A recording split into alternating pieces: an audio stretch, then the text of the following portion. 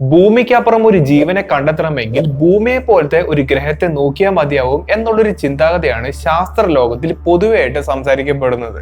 അതിന്റെ പ്രധാന കാരണമാവട്ടെ, ഇതുവരെ ഭൂമിക്കപ്പുറം ഒരു ജീവനെ നമുക്ക് കണ്ടെത്താൻ കഴിഞ്ഞിട്ടില്ല. എന്നാൽ അതിനുവേണ്ടി ഭൂമിയെ പോലുള്ള ഒരു ഗ്രഹത്തിനെ തേടി പോകുന്നതിന് പകരം ഭൂമിയേക്കാൾ മികച്ച ഒരു ഗ്രഹത്തെ തേടി പോകുന്നതല്ലേ നല്ലത്? അങ്ങനെ ഒരു ചോദ്യം ഞാൻ എന്നോട് തന്നെ ചോദിച്ചപ്പോഴാണ് ഇങ്ങനെ ഒരു ഗ്രഹത്തെ പറ്റി ഞാൻ അറിയുന്നത്. ഒട്ടുമിക്ക ആൾക്കാരെയും ഈ ഗ്രഹത്തെ പറ്റി കേട്ട് കാണാൻ വഴിയില്ല. അത് എന്തുകൊണ്ടാണ് എന്നുള്ളത് ഈ വീഡിയോ അവസാനമാകുമ്പോൾ നിങ്ങൾക്ക് മനസ്സിലാവും.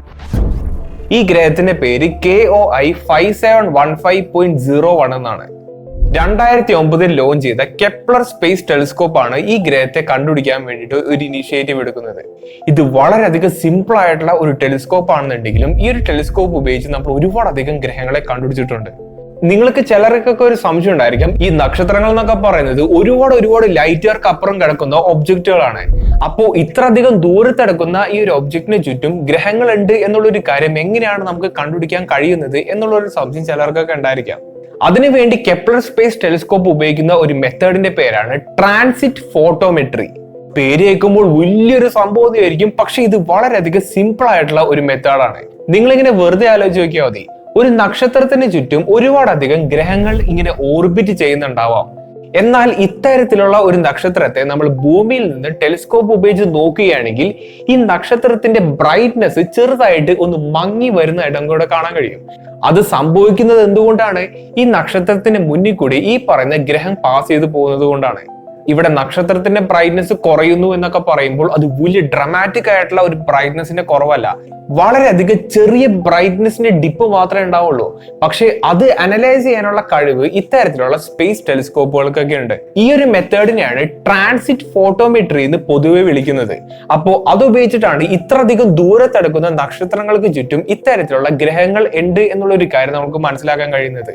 ഈ ഒരു മെത്തേഡ് ഉപയോഗിച്ച് ആ ഗ്രഹം ആ സൂര്യനിൽ നിന്ന് എത്ര അധികം അകലത്തിലാണ് നിൽക്കുന്നത്, ഇത് എത്ര അധികം സ്പീഡിലാണ് ഇതിനെ ഓർബിറ്റ് ചെയ്യുന്നത്, ഇതിന്റെ ഒരു വർഷം എത്രയാണ്, അങ്ങനെയുള്ള ഒരുപാട് ഡാറ്റ നമുക്ക് കളക്ട് ചെയ്യാൻ പറ്റും. ചുരുക്കി പറയുകയാണെങ്കിൽ ലക്ഷക്കണക്കിന് നക്ഷത്രങ്ങളെ അനലൈസ് ചെയ്യുകയും അതിലെ ഓരോരോ നക്ഷത്രങ്ങൾക്കും ഉണ്ടാവുന്ന ഒരു ബ്രൈറ്റ്നെസിന്റെ വ്യത്യാസം അനലൈസ് ചെയ്ത് എത്ര അധികം ഗ്രഹങ്ങളെല്ലാം ഇതിന് ചുറ്റുന്നു എന്ന് കണ്ടുപിടിക്കലാണ് ഇത്തരത്തിലുള്ള സ്പേസ് ടെലിസ്കോപ്പിനൊക്കെ പ്രധാനപ്പെട്ട ജോലി. അങ്ങനെ 2009 തൊട്ട് 2013 വരെ കെപ്ലർ സ്പേസ് ടെലിസ്കോപ്പ് ഒരുപാടധികം നക്ഷത്രങ്ങളുടെ ഡാറ്റാബേസ് കളക്ട് ചെയ്യുന്നു. 2015-16 കാലഘട്ടങ്ങളിൽ ഈ ഡാറ്റാബേസ് എല്ലാം സയന്റിസ്റ്റുമാർ അനലൈസ് ചെയ്യുന്നു. നാസയുടെ എക്സോ പ്ലാനറ്റ് ആർക്കൈവ് എന്ന് പറയുന്ന ഒരു സംഗതി എടുത്ത് നോക്കിക്കഴിഞ്ഞാൽ ഈ ഒരു ഗ്രഹത്തെ പറ്റി നിങ്ങൾക്ക് വളരെയധികം ഡീറ്റെയിൽ ആയിട്ട് കാണാൻ പറ്റും.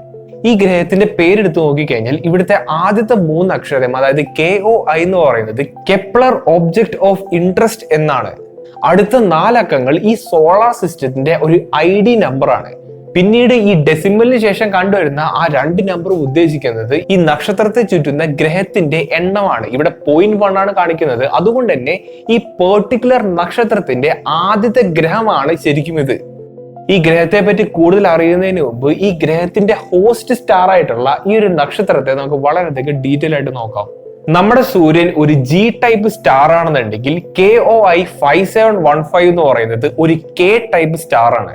അതിന്റെ അർത്ഥം വേറൊന്നല്ല, നമ്മുടെ സൂര്യനിലും വളരെയധികം ചെറിയ ഒരു നക്ഷത്രമാണിത്. അതോർത്ത് ഈ നക്ഷത്രം ഒരു നിസ്സാരക്കാരനാണ് എന്ന് നമ്മൾ ആരും വിചാരിക്കരുത്.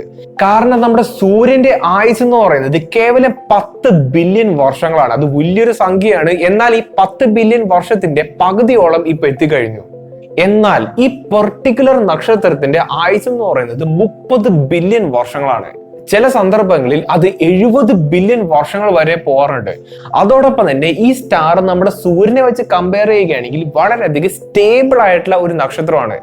അതിന്റെ അർത്ഥം വേറൊന്നല്ല, നമ്മുടെ സൂര്യനെ നോക്കുകയാണെങ്കിൽ അതിന് ചുറ്റുപാടും സോളാർ ഫ്ലെയറും സോളാർ വിൻഡൊക്കെ ആയിട്ട് ഒരുപാടധികം കലാമിറ്റീസ് ഇങ്ങനെ നടക്കുന്നുണ്ട്.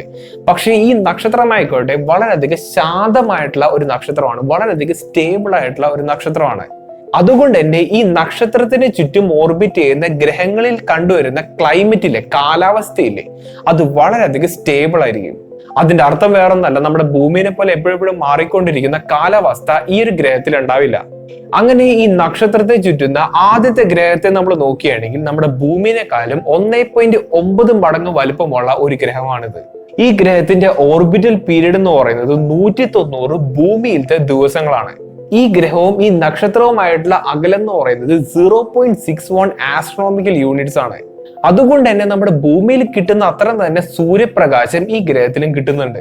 നമ്മുടെ ഭൂമിയിൽ കണ്ടുവരുന്ന ആവറേജ് ടെമ്പറേച്ചർ എന്ന് പറയുന്നത് 15 ഡിഗ്രി സെൽഷ്യസ് ആണ്.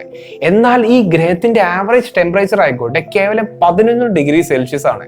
ഇതിന്റെ എല്ലാം അർത്ഥം എന്താ വെച്ചാൽ ഈ ഗ്രഹത്തിൽ ജീവൻ ഉണ്ടാവാനുള്ള സാധ്യത വളരെ വളരെ കൂടുതലാണ്.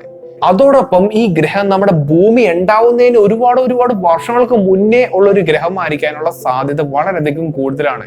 ഇതിനെല്ലാം അർത്ഥം എന്താ വെച്ചാൽ ഈ ഗ്രഹത്തിൽ മിക്കവാറും നമ്മുടെ ഭൂമിയെക്കാളും വളരെയധികം അഡ്വാൻസ്ഡ് ആയിട്ട് ലൈഫ് ഫോമുകളൊക്കെ ഉണ്ടായി വരാനുള്ള സാധ്യതകളൊക്കെ വളരെയധികം കൂടുതലാണ്. ഇത്തരത്തിലുള്ള ഗ്രഹങ്ങളെ നമ്മൾ വിളിക്കുന്ന ഒരു പേരാണ് സൂപ്പർ ഹാബിറ്റബിൾ പ്ലാനറ്റ്സ്. നമ്മുടെ ഭൂമിയെക്കാളും കുറച്ച് വലുപ്പം കൂടിയ ഒരു ഗ്രഹമായിരിക്കണം, കുറച്ചുകൂടി ഗ്രാവിറ്റി കൂടുതലുള്ള ഒരു ഗ്രഹമായിരിക്കണം, അതോടൊപ്പം തന്നെ കുറച്ചുകൂടി തിക്കായിട്ടുള്ള അറ്റ്മോസ്ഫിയർ ഉള്ള ഒരു ഗ്രഹം കൂടി ആയിരിക്കണം. അതോടൊപ്പം ഭൂമിയേക്കാൾ ഒരുപാട് വർഷം പഴക്കം ചേർന്ന ഒരു ഗ്രഹം കൂടി ആയിരിക്കണം. അങ്ങനെ സംഭവിക്കുകയാണെങ്കിൽ ഇത്തരത്തിലുള്ള ഗ്രഹങ്ങളിൽ ജീവിച്ചു വരുന്ന ജീവജാലങ്ങൾക്ക് ഇവോൾവ് ചെയ്യാനുള്ള സമയം ഒരുപാടധികം കൂടുതലായിരിക്കും. അതോടൊപ്പം വളരെയധികം സ്റ്റേബിൾ ആയിട്ടുള്ള ഒരു ഹോസ്റ്റാറും അതിന്റെ ഫലമായിട്ട് വളരെയധികം സ്റ്റേബിൾ ആയിട്ടുള്ള ഒരു ക്ലൈമറ്റും ഉള്ള ഒരു ഗ്രഹമായിരിക്കണം. ഭൂമി എന്ന് പറയുന്ന ഈ ഒരു ഗ്രഹം ജീവൻ നിലനിർത്താൻ നല്ല ഒരു ഗ്രഹമാണെന്നുണ്ടെങ്കിൽ ഇത്തരത്തിലുള്ള ഗ്രഹങ്ങളെല്ലാം കുറച്ചുകൂടി ബെറ്റർ ആയിട്ടുള്ള പ്ലാനറ്റുകളാണ്. ഏകദേശം 3000 ലൈറ്റ് ഇയർക്ക് അപ്പുറമാണ് ഈ ഗ്രഹം ഇപ്പോൾ നിൽക്കുന്നത്. പക്ഷേ ഈ ഗ്രഹം നമ്മുടെ ഭൂമിയെക്കാളും ഒരുപാടധികം കോടി വർഷങ്ങൾ ഹെഡ് സ്റ്റാർട്ട് കിട്ടിയ ഒരു ഗ്രഹമാണ്. അത്രയും വർഷങ്ങൾ പഴക്കമുള്ള ഒരു ഗ്രഹമാണ്. അതുകൊണ്ട് തന്നെ ഈ ഗ്രഹത്തിൽ ഭൂമിയെക്കാളും വളരെയധികം അഡ്വാൻസ്ഡ് ആയിട്ടുള്ള ജീവജാലങ്ങൾ ഇവോൾവ് ആയി ഇപ്പോൾ വരാനുള്ള സാധ്യതയുണ്ട്. ഹ്യൂമൻ സിവിലൈസേഷനെക്കാളും വളരെയധികം അഡ്വാൻസ്ഡ് ആയിട്ടുള്ള ഒരു കൂട്ടരായിരിക്കാം മിക്കവാറും ഈ ഗ്രഹം വാഴുന്നത്. ഇതെല്ലാം കേട്ടിരിക്കാൻ വളരെയധികം രസമാണ്. പക്ഷേ ഇവിടെ ചെറിയൊരു ട്വിസ്റ്റ് ഉണ്ട്. ഈ ഗ്രഹത്തിന്റെ പേര് സ്റ്റാർട്ട് ചെയ്യുന്നത് KOI, അതായത് കെപ്ലർ ഒബ്ജക്റ്റ് ഓഫ് ഇൻട്രസ്റ്റ് എന്നുള്ളൊരു പേരിൽ നിന്നാണ്. ഈ വാക്കിന്റെ അർത്ഥം എന്താ വെച്ചാൽ കെപ്ലർ സ്പേസ് ടെലിസ്കോപ്പിന് ഇൻട്രസ്റ്റ് ആയിട്ട് തോന്നിയിരിക്കുന്ന ഒരു കാൻഡിഡേറ്റ് മാത്രമാണ് ശരിക്കും ഈ ഒരു ഗ്രഹം. അതിന്റെ അർത്ഥം ഒഫീഷ്യലായിട്ട് ഇതിനെ ഒരു ഗ്രഹമായിട്ട് നമ്മൾ കൺഫേം ചെയ്തിട്ടില്ല എന്നുള്ളതാണ്.